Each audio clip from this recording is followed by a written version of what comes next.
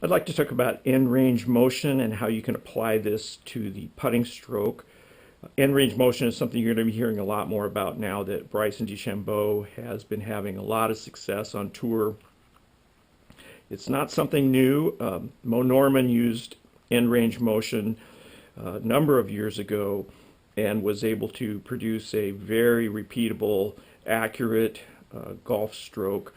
And so now it is just becoming more popular with the recent success. I've been talking about it for a long time. Here's a Shotmaker manual that I published in 2007, and it has information about end range motion and how to set up and get in a stable position for a repeatable putting stroke. Just to review the options here, if you have the thumbs right down the top and set up in a traditional putting address position, you can make a good stroke this way, but you have a lot of range of motion in the elbows, wrists, and shoulder joints. And so people have done various things.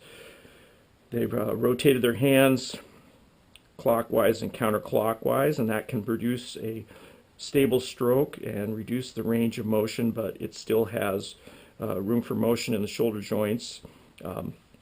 Lead hand low can produce a stable stroke and produce stability against flexion extension in the wrists, and that can be very good, but it still doesn't have stability in the shoulder joints.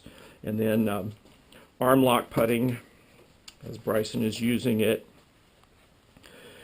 can provide a lot of stability in the, and he's using torque in the elbows, wrists, and shoulders to produce a nice stable arc that is much more stable than just traditional thumbs down the top, but there still is room for variation in the shoulder joints.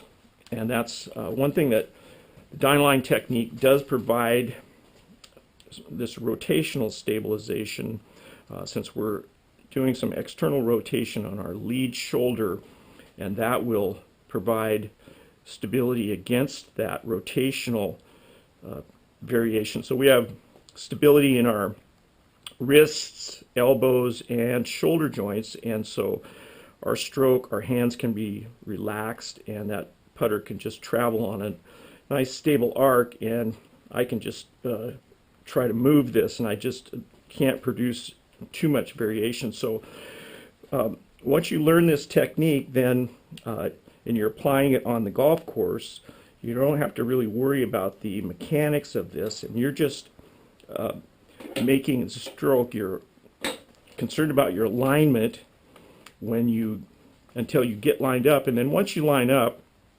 you can focus on distance control, because you don't have to worry about any looping or variation in your backswing. You know, this stroke is going to just travel on a nice stable track. So this prevents the situation where you get so concerned about the line that you forget your distance control.